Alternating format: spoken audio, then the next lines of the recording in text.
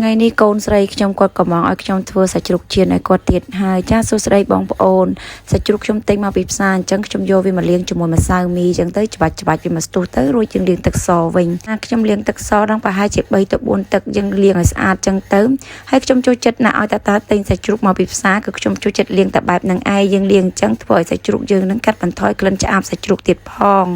ចាសាច់ហ្នឹងខ្ញុំលាងរួចរាល់អស់ហើយខ្ញុំទុកវានឹងម្ដុំឲ្យវាស្រស់ទឹកសិនហើយខ្ញុំមកបុកខ្ទឹមបុកអីវិញម្ដងខ្ញុំមានខ្ទឹមសខ្ទឹមក្រហមជីវ៉ាន់ស៊ុយនិងម្រេចយើងបុកវាឲ្យម៉ត់ចូលគ្នាចឹងទៅខ្ញុំបុកគ្រឿងនឹងម៉ត់ចូលគ្នារួចហើយខ្ញុំដួសវាទុកម្ដុំនឹងសិនទៅរួចហើយខ្ញុំមកហាន់ស្លឹកខ្ទឹមវិញម្ដងស្លឹកខ្ទឹមហ្នឹងខ្ញុំហាន់ប្រហែលជាមួយថ្នាំងដៃលើសបន្តិចខ្ញុំហាន់ស្លឹកខ្ទឹមហាន់អីរួចរាល់អស់ហើយខ្ញុំទុកវានៅនឹងម្ដុំសិនទៅរួចហើយយើងចាប់ផ្ដើមមកជាសាច់វិញម្ដងសាច់ខ្ញុំជានោះមិនក្រាស់ពេកក៏មិនស្ដាងពេកដែរ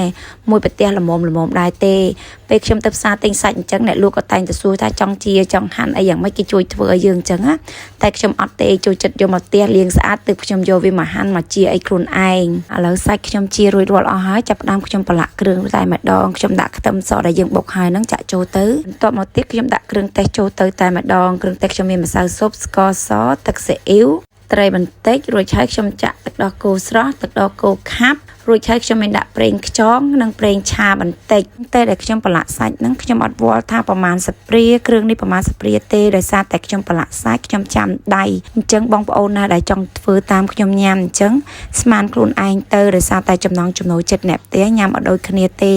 តែបើសាច់ខ្ញុំប្រឡាក់នេះរសជាតិគឺល្មមតែម្ដងមិនប្រៃក៏មិនសាបហើយឬក៏មិនផ្អែមដែរព្រោះអីអ្នកផ្ទះខ្ញុំអត់ញ៉ាំផ្អែមអត់ញ៉ាំប្រៃអញ្ចឹងខ្ញុំប្រឡាក់សាច់គឺរសជាតិល្មមចាសាច់ហ្នឹងខ្ញុំប្រឡាក់រួចរាល់អស់ហើយខ្ញុំយកប្រអប់ស្អាតមួយមកខ្ញុំរៀបវាដាក់ចូលក្នុងប្រអប់អញ្ចឹងទៅខ្ញុំយកវាទៅទុកក្នុងទូទឹកកកអាកកពេលដែលខ្ញុំចង់ប្រឡាក់សាច់អញ្ចឹងខ្ញុំអត់ដែរប្រឡាក់ម្ដងតិចទេខ្ញុំប្រឡាក់ម្ដងឲ្យរាងច្រើនអញ្ចឹងទៅយើងប្រឡាក់រួចយើងរៀបចំដាក់ក្នុងប្រអប់អញ្ចឹងយកវាដាក់ទូទឹកកកអាកកទៅវាអត់ចេះផ្អូមចេះខូចអីទេពេលដែលយើងចង់យកវាមកញ៉ាំយើងឲ្យវាលាយទឹកកក